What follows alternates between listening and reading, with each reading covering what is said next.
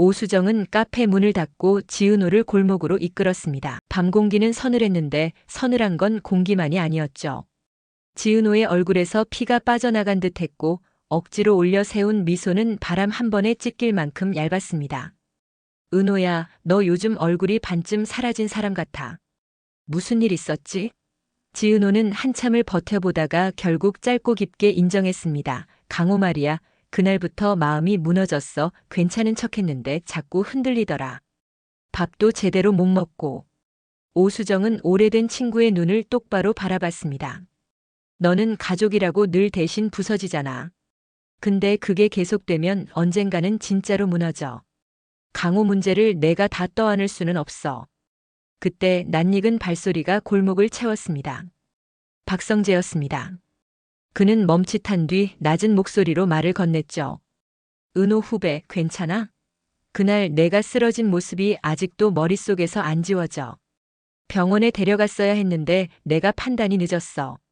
미안하다. 아니에요. 엎혀서라도 돌아올 수 있었던 게 감사하죠. 짧은 대답이었지만 박성재의 표정은 복잡했습니다. 업었던 순간의 체온이 아직 어깨에 남아있는데 그 체온을 떠올릴 때마다 마음이 더 어지러워졌죠. 친구의 여자에게 느끼는 마음, 그리고 그 마음을 밖으로 꺼내지 말아야 한다는 이성. 두 갈래가 매일 싸움을 벌이는 중이었습니다. 바로 그때 골목 모퉁이에서 또 다른 발소리가 다가왔습니다. 이지혁이었습니다. 얼굴은 무심했고 발걸음은 정확했죠. 그의 손에는 두툼한 봉투가 들려 있었습니다. 계약금 빼고 1,800만 원. 계약서대로. 그는 담담하게 봉투를 내밀었습니다. 지은호는 본능적으로 손사래를 쳤습니다. 마음이 불편해요. 일부만 받을게요. 이지혁은 짧게 웃었는데 그 웃음엔 답답함과 걱정이 섞여 있었습니다. 내 형편이면 더 달라고 해야 맞지. 왜 당연한 돈을 덜 받아? 또 자존심이야? 그게 아니라 그냥 제가 편하려고요. 편하다는 건 대부분 나중에 더 크게 아픈 거야. 그거 너도 알잖아. 말은 딱딱했지만 눈빛은 오래 눌러둔 걱정이었습니다. 오수정이 그 틈을 끈듯 죽그릇을 내밀었습니다. 그만. 지금 중요한 건 돈 얘기가 아니라 이거야. 은호야, 삼각김밥으로 버티는 건 오늘로 끝. 이지혁도 짧게 거들었습니다. 사람은 밥심. 밥 먹으면서 얘기하자. 지은호는 피곤한 듯 웃었지만 그 웃음 속엔 오래 묵힌 고마움이 스며 있었습니다. 또 밥이네요. 또 밥.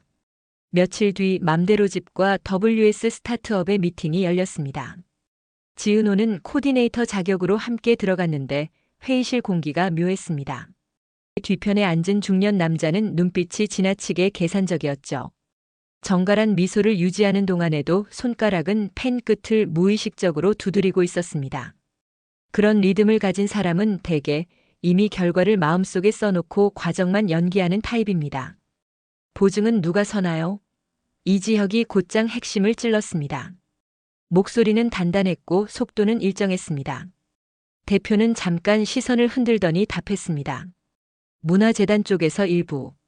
문화재단. 지은호의 심장이 툭 내려앉았습니다. 진석그룹 문화재단. 문서 위에 이름이 없다 해도 그림자를 보면 주인이 누구인지 알 수 있는 법이죠. 회의실 문이 늦게 열리며 박성재가 들어왔습니다. 그는 들어오자마자 자료를 훑고 대답을 거의 기다리지 않는 톤으로 말했습니다. 지혁아. 아니 대표님, 이건 표면적으로는 지원인데 실질적으로는 족수예요. 지분 조건과 회수 조항이 너무 불리합니다. 대안은? 이지혁이 짧게 물었고 박성재는 망설임 없이 답했습니다. 제가 찾아보겠습니다. 아니, 만들어 볼게요. 깨끗한 자금으로. 회의는 어수선하게 끝났습니다. 복도는 햇살이 길게 들어오고 먼지가 천천히 떠다녔습니다.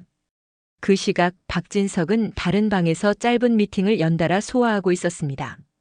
그는 한 방에서 오래 앉아 있는 걸 싫어하는 사람이었죠. 빠르게 들어갔다가 더 빠르게 나오는 스타일. 문을 닫고 나서야 말을 잇는 사람이었습니다. 스타트업? 결국 연결된 줄이 있더구만. 그 옆에서 고성희가 차분한 미소로 맞장구 쳤습니다. 그 대표, 당신이 어디까지 끌어올리려는 건가요? 끌어올려야 우리 성재가 설 자리가 생기지. 성재는 당신 발판 없어도 올라가는 아이예요. 박진석은 의미심장해 보였습니다. 발판은 내가 깔아줘야지 올라가서 보이는 풍경을 바꾸려면. 그 말은 사랑일까요? 집착일까요?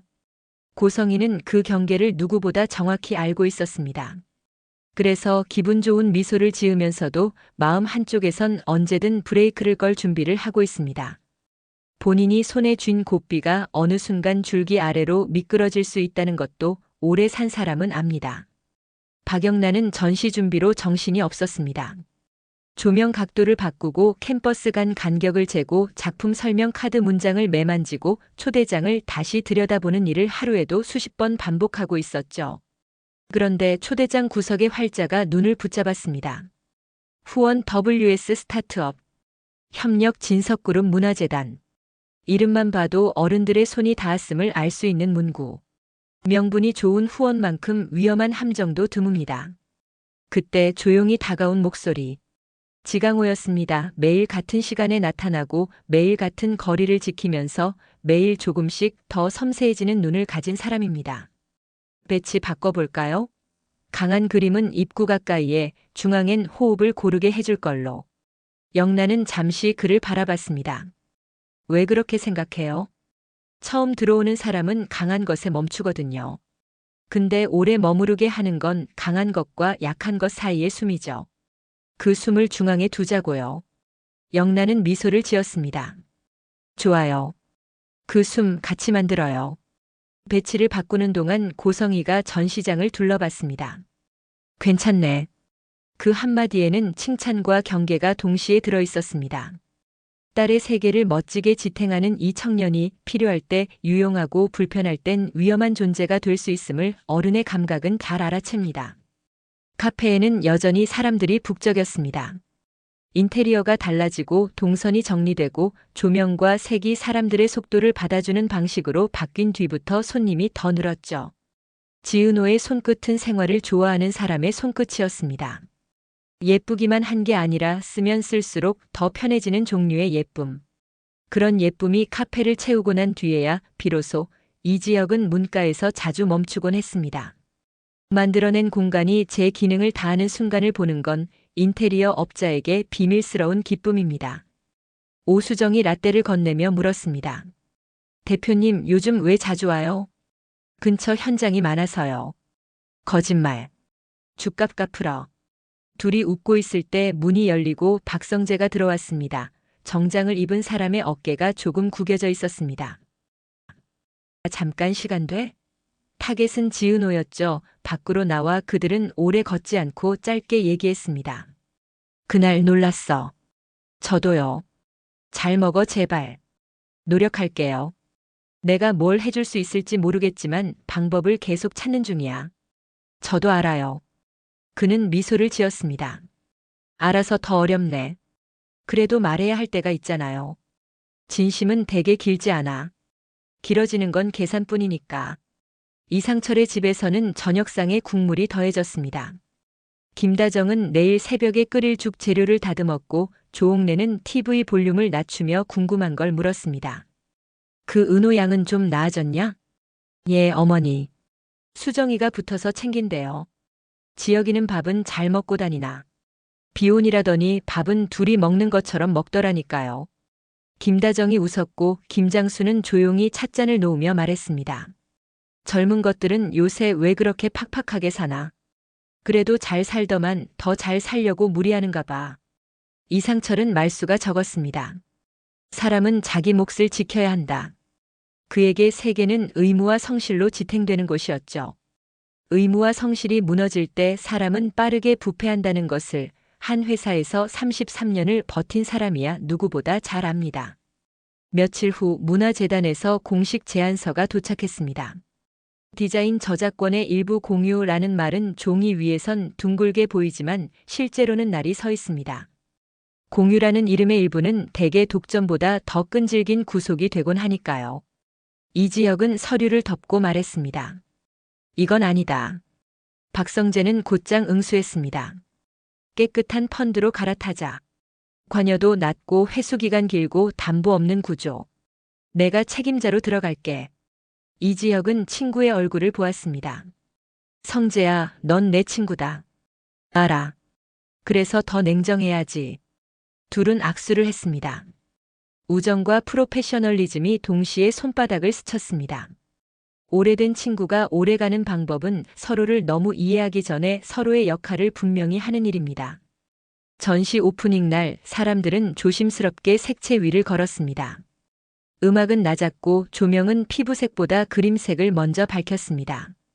그 가운데 붙은 작은 메모 한 장. 작가 측 요청 저작권 공동 소유 조항 삭제. 누가 붙였는지 알 수 없었지만 메모는 금세 사진이 되어 퍼져나갔습니다. 작가의 권리를 존중하는 후원만 받겠습니다. 영란은 메모를 떼지 않았고 오히려 안내 데스크에 정식 공지로 세웠습니다. 관객들은 손뼉을 쳤고 기사들이 제목을 뽑았습니다. 권력 대신 작품을 택한 신세대 화가. 고성희의 얼굴은 굳었습니다. 그러나 바로 굳지 않는 게 고성희의 방식이죠. 그녀는 먼저 미소를 올리고 나중에 표정을 치웁니다. 그 사이에 길을 찾는 사람입니다. 지강호는 멀리서 그 광경을 지켜보다가 누구보다 천천히 고개를 끄덕였습니다. 잘하셨어요. 그의 입에서 나온 말은 오래 준비한 대사처럼 단단했습니다.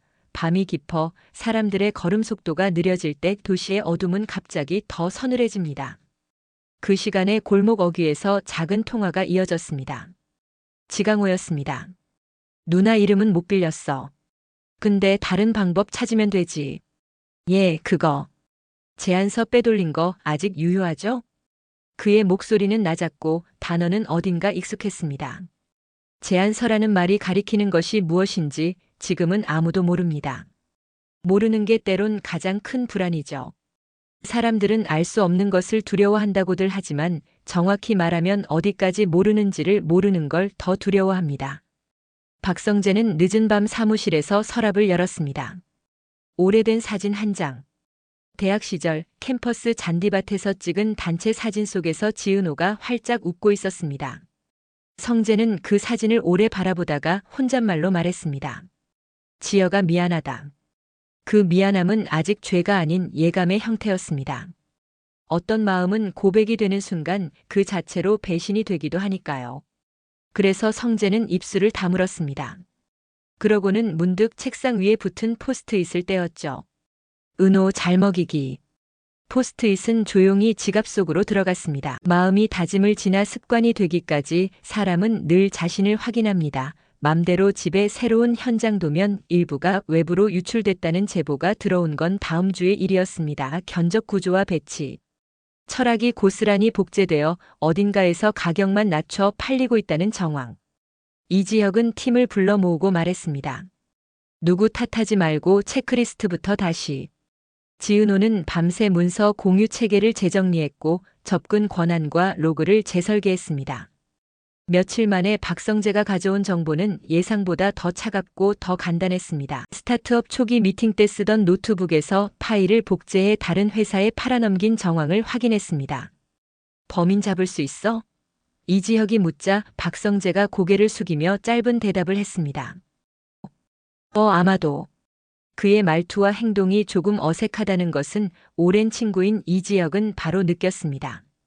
찰나의 순간에 머뭇거리는 그의 몸짓과 자신의 눈을 애써 피하며 답하는 것을 느꼈기 때문입니다. 무언가를 숨기고 있는 것 같은 느낌이었습니다. 마치 열면 안 되는 판도라의 상자를 이미 보아버렸고 그것을 허둥대며 다시 급하게 자물쇠로 잠가버린 사람처럼요.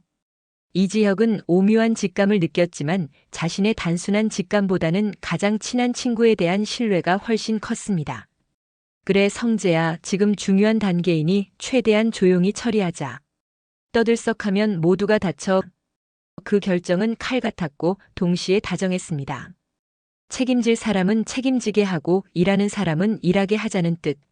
사건은 예상보다 조용히 수습되는 듯 보였고 오히려 이 일로 서로 간의 신뢰는 더욱 단단해져 갔습니다. 단 한 사람만 빼고요.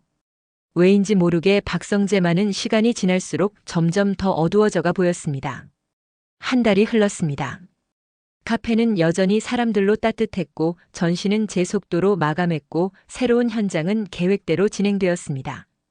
박진석은 흐름을 읽는 속도를 늦추지 않았지만 마음 한쪽에서 이제는 속도를 조절해야 한다는 생각이 스치곤 했습니다. 고성희는 여전히 빠르게 계산했지만 딸의 눈을 통해 권력보다 단단한 것을 가끔씩 보게 되었습니다. 사람은 사랑하는 사람의 눈으로 세상을 다시 배우곤 하죠. 그리고 어느 저녁 모두의 하루가 각자 끝나갈 무렵 또 하나의 장면이 조용히 시작되었습니다. 지은호가 카페에서 마지막 손님을 배웅하고 계산대를 정리하던 손을 멈췄습니다. 그리고는 옆에 있던 이지혁에게 결심한 듯 이야기했습니다. 대표님, 저 일같이 계속하고 싶어요. 대신 한 가지 조건이 있어요. 그래, 말해봐. 앞으로 매일 같이 밥 먹어요. 이지혁은 웃었습니다. 그래, 그럼 대신 나도 조건이 있어. 그럼 밥은 내가 진짜 맛있는 걸로 사주는 걸로. 에이, 맨날 얻어먹으면 그럼 선배한테 빚지는 거고 결국 또 약해지잖아요. 약해져도 돼. 짧고 단정한 대답. 지은호는 고개를 숙였다가 아주 천천히 들었습니다. 알겠어요. 약해질게요. 대신 같이 강해져요. 약속. 사랑은 거창한 선언보다 작은 반복의 다른 이름입니다. 밥을 같이 먹고 일정을 같이 맞추고 피곤을 나눠들고 선을 함께 지키는 일들. 그렇게 사랑은 습관이 됩니다. 늦은 밤 이지혁은 집으로 돌아왔습니다. 엘리베이터 거울 속 얼굴은 낮보다 조금 부드러웠고 주머니에서 흔들리는 영수증은 오늘의 피곤을 정직하게 증명했습니다. 문 앞에 도착했을 때 발끝에서 작은 감각이 올라왔습니다. 낯선 봉투 하나. 종이는 도톰했고 접힌 모서리는 불필요할 만큼 정확했습니다. 봉투 안에는 단 4글자. 내 차례다. 문장엔 발신자가 없었습니다. 문장엔 맥락이 없었습니다. 그런데도 그 4글자만으로도 충분히 많은 것을 말하고 있었습니다. 이지혁은 봉투를 손에 쥔 채 한참을 서 있었습니다. 손바닥에 종이의 결이 깊게 박혔습니다. 내 차례. 게임의 순서를 말하는 걸까요? 혹은 오래 밀어놓은 과거의 채권을 상기시키는 걸까요? 이지혁은 봉투를 움켜쥔 채 한참을 서 있었습니다. 심장은 묘하게 불규칙한 리듬을 두드렸습니다. 누구지? 숨처럼 새어나온 그 한마디가 복도에 번졌습니다. 순간 윙 엘리베이터가 올라오는 소리가 들렸습니다. 이 시간 2층에서 엘리베이터가 멈출 이유가 없었죠. 숫자가 하나씩 올라오다 12층에서 띵 하고 멈췄습니다. 문이 열렸지만 아무도 내리지 않았습니다. 복도 불빛은 그대로였고 기계음만 울렸습니다. 이지혁은 본능적으로 봉투를 다시 한번 확인했습니다. 안에는 4글자뿐, 추가 설명은 어디에도 없었습니다. 그런데 이상했습니다. 분명 종이는 도톰했는데 손끝으로 더듬자 마치 이중으로 덧붙인 종이처럼 얇은 틈이 느껴졌습니다. 뒷면을 살짝 들추려는 순간 휙 복도 끝에서 바람이 불어왔습니다. 창문이 조금 열려 있었고 바람은 길게 늘어진 커튼을 흔들었습니다. 하지만 이 건물은 복도 창문이 잠겨 있어야 정상입니다. 누군가 열고 갔다는 뜻이었죠. 이지혁의 눈빛이 단단히 굳었습니다. 내 차례다. 단순한 협박일까 아니면 오래된 어떤 빚의 호출일까? 그 순간 휴대폰이 울렸습니다. 번호는 저장되지 않은 낯선 번호. 벨소리는 단 한 번 울리고 곧바로 끊겼습니다. 메시지 하나가 남겨져 있었죠. 읽었지? 단 3글자. 봉투와 연결되는 듯한 그 말에 이지혁의 손끝이 차갑게 식었습니다. 멀리서 누군가 복도 모퉁이를 돌아 사라지는 그림자가 스쳤습니다. 발걸음은 무겁지 않았지만 뚜렷했습니다. 이지혁은 본능적으로 뒤를 쫓으려다 멈췄습니다. 지금 나서면 무언가 준비되지 않은 싸움에 끌려갈 수도 있었습니다. 대신 봉투를 주머니 깊숙이 넣었습니다. 이게 무슨 신호지? 그의 시선은 여전히 흔들렸습니다. 하지만 그 흔들림은 단순한 두려움이 아니라 다가올 폭풍을 직감한 사람의 결심에 가까웠습니다. 화려한 날들, 오늘 이야기는 여기까지입니다. 구독과 좋아요는 더 좋은 이야기를 만드는데 큰 힘이 됩니다. 진심으로 감사합니다. 행복한 하루 되세요.